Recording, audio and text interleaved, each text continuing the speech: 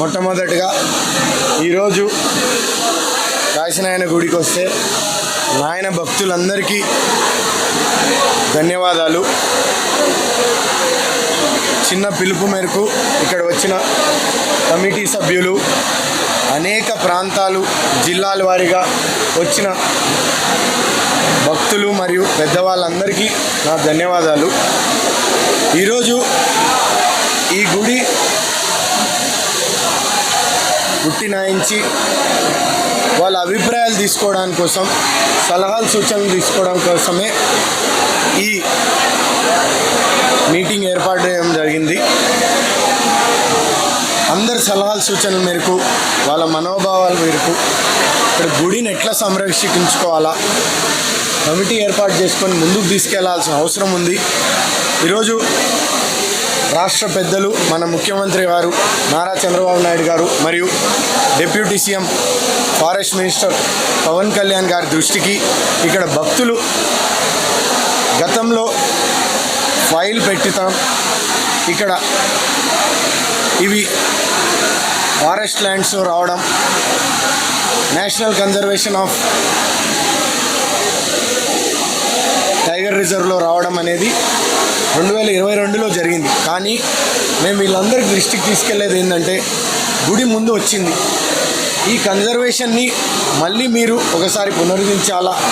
ఈ ఫైల్ని ఇక్కడున్న గుడి ప్రాంతాల్లో నరసింహస్వామి గుడి గెజెట్లో ఉంది, దాదాపు వందల సంవత్సరాల నుంచి ఉంది. అందుకే మీరందరూ ఆలోచించాలా. ఎందుకంటే అనేక విధాలుగా ఫైల్ ముందుకెళ్ళినప్పుడు ఇక్కడున్న ఆఫీసర్స్ కానీ వాళ్ళు కానీ మార్పులు జరిగింటాయి. వాళ్ళ దృష్టికి మేము ఇందాకే నేను చెప్పాను, పుంగనూరులో నరసింహస్వామి బోయకొండ గంగమ్మ తల్లి గుడి గత ప్రభుత్వంలో ఇవ్వడం జరిగింది, మరియు పెనుగొండలో కూడా ఒక గుడి ఇవ్వడం జరిగింది.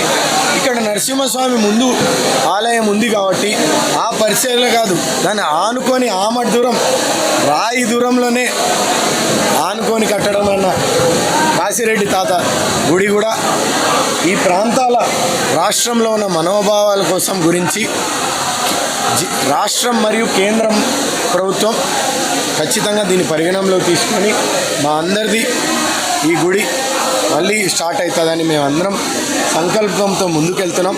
దీంట్లో ఈ భక్తులతో పాటు పాత్రికేయుల మిత్రులు అందరూ కోరుకోవడం ఒకటే, ఈరోజు జ్యోతి క్షేత్రానికి ఎంతోమంది వస్తారు. వాళ్ళ ఇబ్బందుల కోసమన్నా ఇక్కడ జరిగే విధానాలు మీ అందరూ గతంలో పూర్వం మేము కూడా చిన్నపిల్లల అందరూ పెద్దవాళ్ళ నుంచి ఒపీనియన్ తీసుకొని ఇదంతా మీరు తెలియజేయాల్సిన అవసరం ఉంది డిపార్ట్మెంట్ వీళ్ళకి. ఎందుకంటే భక్తులు ఇవన్నీ మీరు చూస్తే తిరుమల గుడి ఉంది, అన్ని గుళ్ళు ఉన్నాయి, ఈ టైగర్ రిజర్వ్ అన్ని దగ్గర ఉంది, శ్రీశైలంలో ఉంది, ఇది ఉంది, అక్కడ ఊర్లు ఉన్నాయి. వాటినన్నిటినీ వాళ్ళు డీనోటిఫై చేశారు. వాళ్ళందరూ ఏం చేశారు, దీన్ని అక్కడ ఉన్న ప్రాంతాన్ని కానీ విలేజెస్ కానీ క్లస్టర్గా కానీ వీటిని నోటిఫై చేసి అక్కడ వాళ్ళు ఎండేంజర్గా వాళ్ళు చేసుకున్నారు. కాబట్టి వాటికి కావాల్సిన ఫార్మాట్ ఆఫ్ ప్లానింగ్ చేసుకోవచ్చు మనం ఎందుకంటే దీన్ని ఎట్లా కాపాడాలా అనేసి అనుకొని గుడిగాన్ని నిలబెడితే తర్వాత ఫార్మలైజ్డ్ ప్లాన్గా చేసుకొని మిగతా భక్తులకు కానీ మరియు ఫారెస్ట్లో ఉన్న ఈ యానిమల్స్ కానీ టైగర్ కానీ రిజర్వ్ కన్జర్వేషన్ చేయొచ్చని మీ అందరికీ కోరుతున్నాం. మేమందరం ప్రభుత్వం కానీ యంత్రాంగానికి వ్యతిరేకం కాదు, భక్తులు ఇద్దరికి బ్యాలెన్స్ చేయాల్సిన అవసరం ఉందని ఇక్కడ సిబ్బంది అందరినీ కోరుతున్నాం. త్వరలో దీన్ని ముందుకు తీసుకెళ్తాం. త్వరలో మీ అందరికీ ఒకటే చెప్తున్నా, ప్రజా అభిప్రాయం కూడా తీసుకోవడం జరుగుతుంది.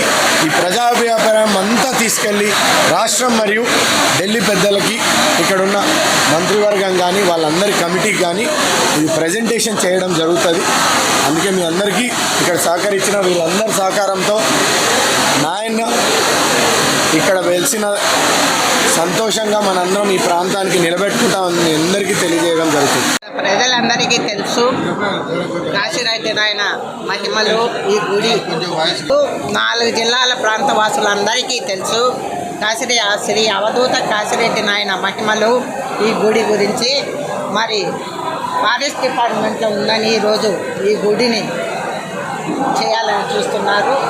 ఈరోజు ఇక్కడ మీటింగ్ పెట్టుకోవడం జరిగింది.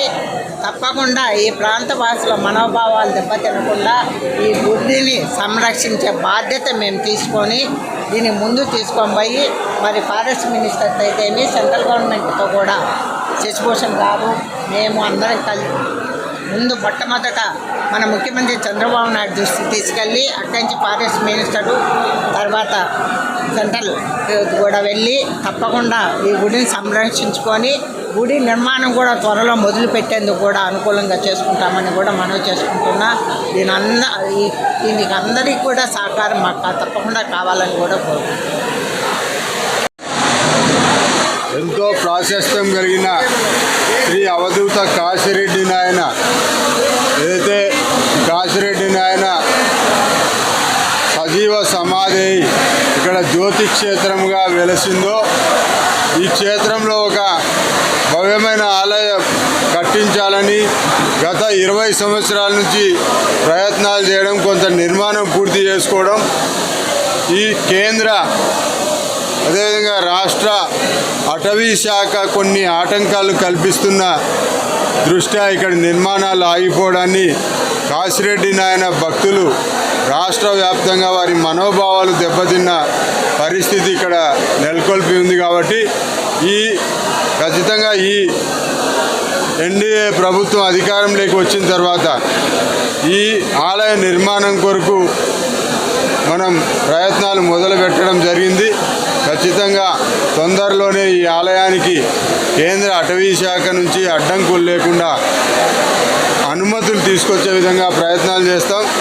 మాజీ ఎమ్మెల్యే గారు శ్రీమతి విజయమ్మ గారి ఆధ్వర్యంలో, అదేవిధంగా యువ నాయకుడు రితేష్ రెడ్డి గారి సహకారంతో రాష్ట్ర ప్రభుత్వం నుంచి ఫైల్ను మూవ్ చేసి కేంద్రంలో కూడా అనుమతులు తీసుకొచ్చేదానికి తెలుగుదేశం పార్టీ, ఎన్డీఏ ప్రభుత్వం, అది బీజేపీ, తెలుగుదేశం, జనసేన పార్టీలు అన్నీ కలిసి ప్రజల మద్దతుతో, కాశిరెడ్డి నాయన భక్తుల మద్దతుతో ఖచ్చితంగా ఈ కార్యక్రమాన్ని నెరవేరుస్తామని సందర్భంగా తెలియజేస్తూ, అటవీ శాఖ వారు తొందరపాటు చర్యలు తీసుకోకుండా కొంత సమయం పాటించాలని, కాశిరెడ్డి నాయన భక్తుల మనోభావాలను ఇబ్బంది పెట్టవద్దని చెప్పి నేను ఈ సందర్భంగా కోరుతున్నాను.